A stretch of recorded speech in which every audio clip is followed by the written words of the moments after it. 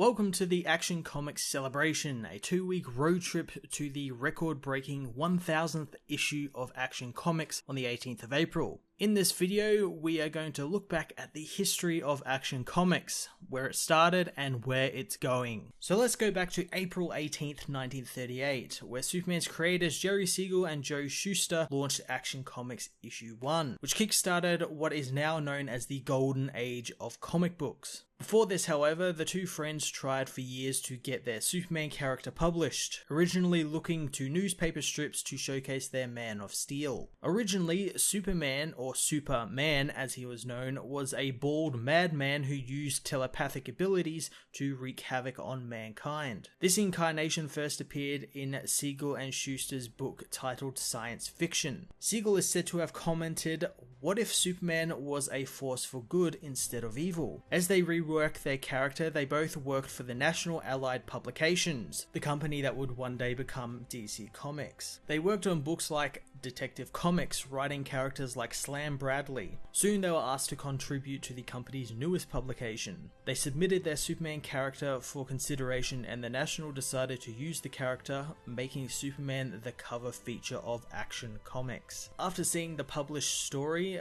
publisher Harry Donenfeld dismissed it as ridiculous and ordered it never to be on a cover again. Reports, however, said the first issue showed strong sales, and investigations showed that Superman was the reason, and because of that, the character returned to covers, becoming a permanent fixture of them in issue 19 onward. Originally, Action Comics began as a type of anthology book, featuring a mixture of stories in addition to Superman. These included characters such as the magician Zatara, Tex Thompson, and Vigilante. The series saw many long-standing elements of Superman mythos being introduced, including Lois Lane making her debut along with Superman in the first issue, a quote-unquote office boy who would later become Jimmy Olsen made his debut in Action Comics issue 6, and the Man of Steel is first depicted as flying in issue 13. Lex Luthor also became Superman's arch nemesis in issue 23.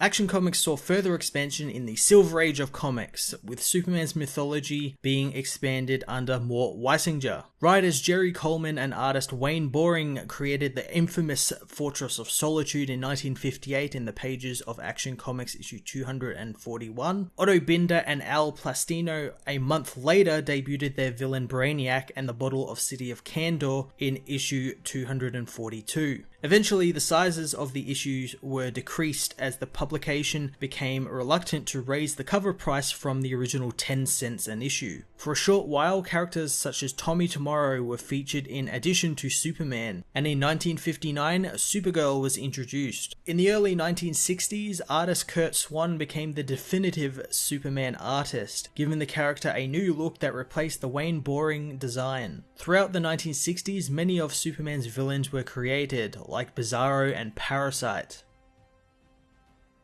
As the Silver Age ended and the Bronze Age began, Mort Weisinger retired and Murray Boltinoff became editor. The character of Metamorpho became a backup feature in the book before being sent to backup stories in World's Finest Comics. In Action Comics issue 419, Julius Schwartz became the editor and introduced Len Wein and Carmine Infantino's backup The Human Target. Green Arrow and Black Canary also arrived as backup stories, rotating with the Human Target and the Atom. In 1973, the series jumped ahead by 1 month due to DC Comics' decision to change their cover dates. By 1979, Action Comics had reached issue 500, where a history of Superman's canon was published. In the early 1980s, villains like Lex Luthor and Brainiac were given updated appearances in issue 544, where Lex dons his infamous war suit and Brainiac becomes the green-skinned android we all know and fear. Julius Schwartz ended his editorial run with Action Comics issue 583, which featured the second part of Alan Moore and Curt Swan's amazing story, Whatever Happened to the Man of Tomorrow.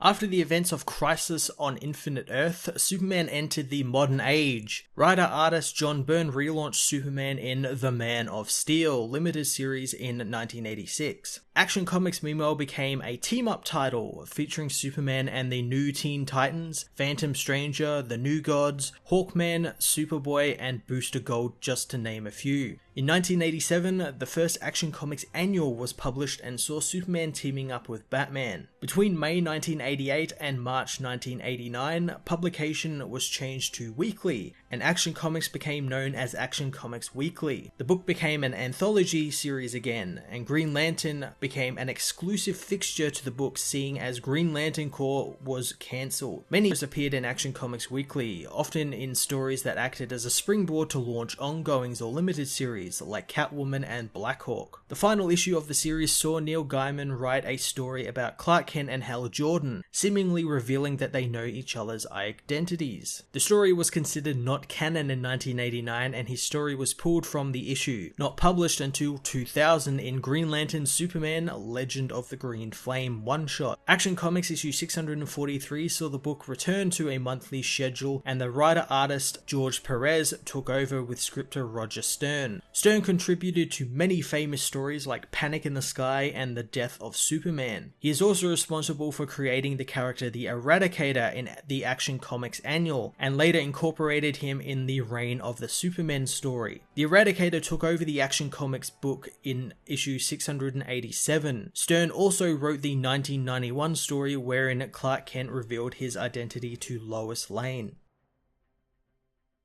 In the early 2000s, Action Comics was at the center of the Emperor Joker and Our Worlds at War storylines, after which John Byrne returned to the book with Gail Simone. After a series of events such as Up and Away and Back in Action, writer Jeff Johns took over and began writing The Last Son story with Richard Donner, director of the 1978 Superman the movie. The story introduced the original character Christopher Kent and adapts classic Superman villains General Zod, Ursa, and Non into the regular DC universe continuity in issue 851. This issue was originally presented in 3D. After the series and following the New Krypton and Brainiac storylines Jeff Johns helped pen, Paul Cornell took over for War of the Supermen, as well as the Lex Luthor-centric Black Ring storyline. In April 2011, the 900th issue of Action Comics was released and saw the Black Ring story end and the reign of Doomsday continue. The series ran to issue 904 before ending during DC's event Flashpoint. In 2011, Action Comics was relaunched under the DC's New 52